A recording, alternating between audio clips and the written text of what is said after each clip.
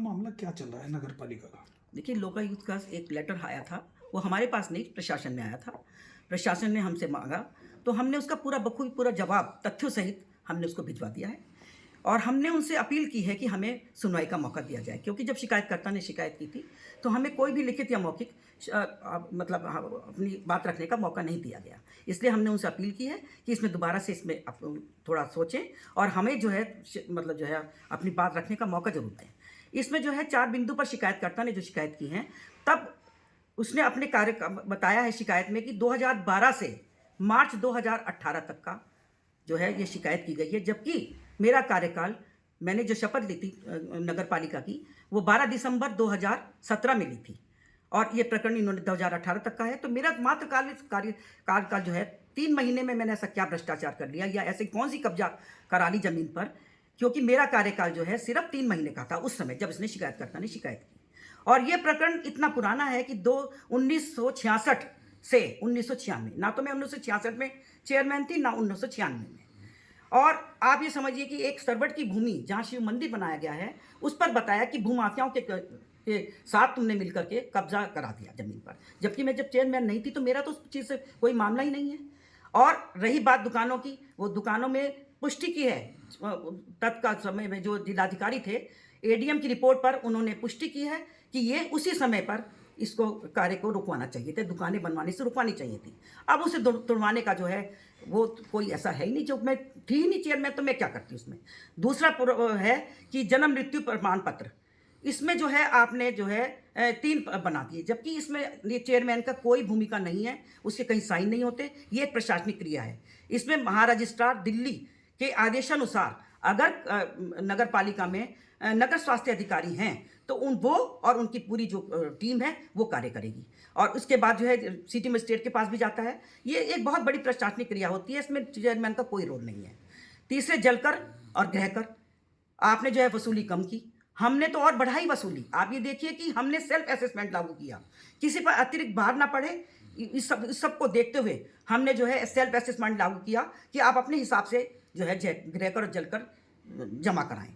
इसमें हमें 100% वसूल हुई, करोड़ों रुपयों का हमारे पास धनराशि एकत्रित हुई। तो हमने कहाँ घटा दिया, हमने तो बढ़ाया। और हमने हमने भ्रष्टाचार कहाँ कर दिया, हमने कब्जा कहाँ करा दी जमीनों पे, हमने तो कब्जा मुक्त कराई है। नगर पालिका की 20 बीघे जमीन हमने अपने आप खड़े होकर के साथ कब्जा मुक्त कराई, कोई बिना किसी फोर्स के। 11 बीघे जमीन पर जनकपुरी में शमशान घाट बनाया।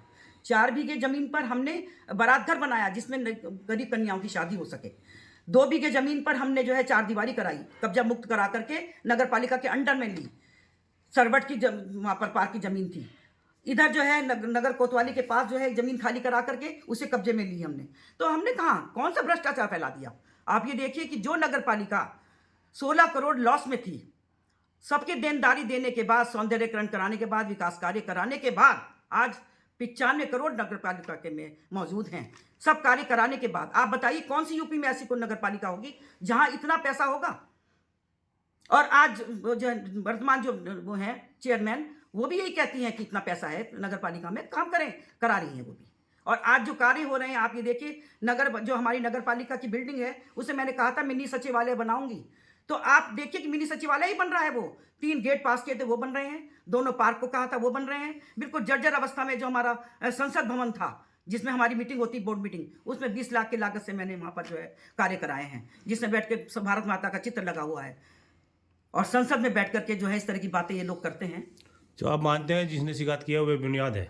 बेबुनियाद हैं, बिल्कुल निराधार हैं। मैं अपील करना चाहती हूँ जिलाधिकारी महोदय से भी कि एक बार मुझे जरूर सुना जाए, और मैंने माननीय लोकायुक्त को भी लिख दिया है कि एक बार सुनने का अवसर मुझे जरूर दिया जाए। और मैं ये अपने सारे कागज पत्र लेकर के अपने माननीय मुख्यमंत्री जी के पास भी जाऊंगी, उनसे अपील करूंगी कि मुझे बिना निराधार उसमें जो है ये शिकायतकर्ता जो है इसकी सब जितनी बातें हैं सब निराधार हैं, निरर्थक हैं, व्यर्थ हैं।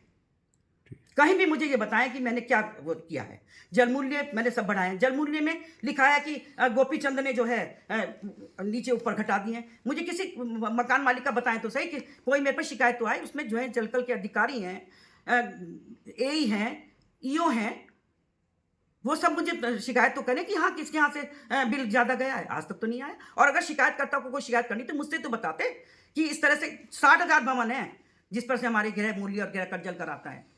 आज तक तो किसी ने शिकायत नहीं की कि मैडम हमारे पास ज़्यादा आ रहा है। और ये सब चीज़ें हैं, ये सब कार्यकर्ताओं के होते हैं, ईओ हैं, एई हैं, वो देखेंगे, जलकल वाले देख रहे हैं। हमारे पास कोई शिकायत नहीं आई। तो इसलिए मैं तो इतना ही कहना चाहती हूँ माननीय लोकायुक्त से भी कि कोई भी किसी तरीके का भी मुझे एक बार सुनवाई का मौका जरूर दिया जाए, क्योंकि न्याय संगत तभी होता है, एक तरफा कार्रवाई जो है वो ठीक नहीं होती है। मैं यही चीज़ जो है अपने जिलाधिकारी महोदय, क्योंकि वो बिल्कुल न्यायप्रिय हैं और वो न्याय करेंगे, वो इस तरह की रिपोर्ट कभी नहीं भेजेंगे। और ये जो शिकायत करता है, ये दबाव बना रहे हैं, प्रशासन पे भी दबाव बनाकर उल्टा सीधा काम कराना चाहते हैं। तो मैं तो ये कहती हूँ कि इस तरह की शिकायत करता हूँ कि मैं डरने वाली नहीं हूँ बिल्कुल भी। और मैंने तो करोड़ों के काम किए हैं, और ये जो नगर पालिका जो इतने 90 करोड़ के उस पर पहुंची है, मैं क्या भ्रष्टाचार कर लिया?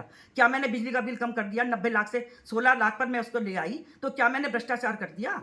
क्या मैंने जो है मैं आज मुझे बड़ा अफसोस होता है कि ये जो पत्रकार जो लिख रहे हैं अपने उसमें अखबारों में कि लाइट, कम से कम मेरा वर्जन तो ले लेते। लाइट का तो मैटर ही नहीं है इसके अंदर लोकायुक्त में। और अच्छा वो मुझे याद दिला दिया कि लाइटों के, मैंने तो 10,000 जब लाइटें ली थी तो ई टेंडरिंग के माध्यम से ली थी।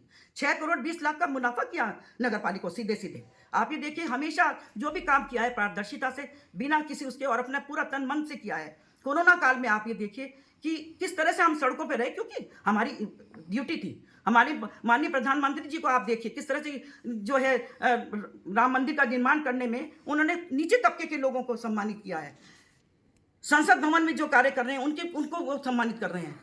मैं उन्हीं की पार्टी की एक कार्यकर्ता हूँ, एक छोटी सी कार्यकर्ता हूँ, और उन्हीं की पच्चीनों पर चलूंगी। आज जो उन्होंने कहा है कि 400 पार करना है तो वो करेंगे। हम अपनी मुजफ्फरनगर की सीट लाकर भेजेंगे। तन मन से लगी हुई हूँ, और आगे भी जो है मैं इस तरह से कार्य हमने किया है। मैं एक छोटी सी कार्यकर्ता हूँ बीजेपी की, और इस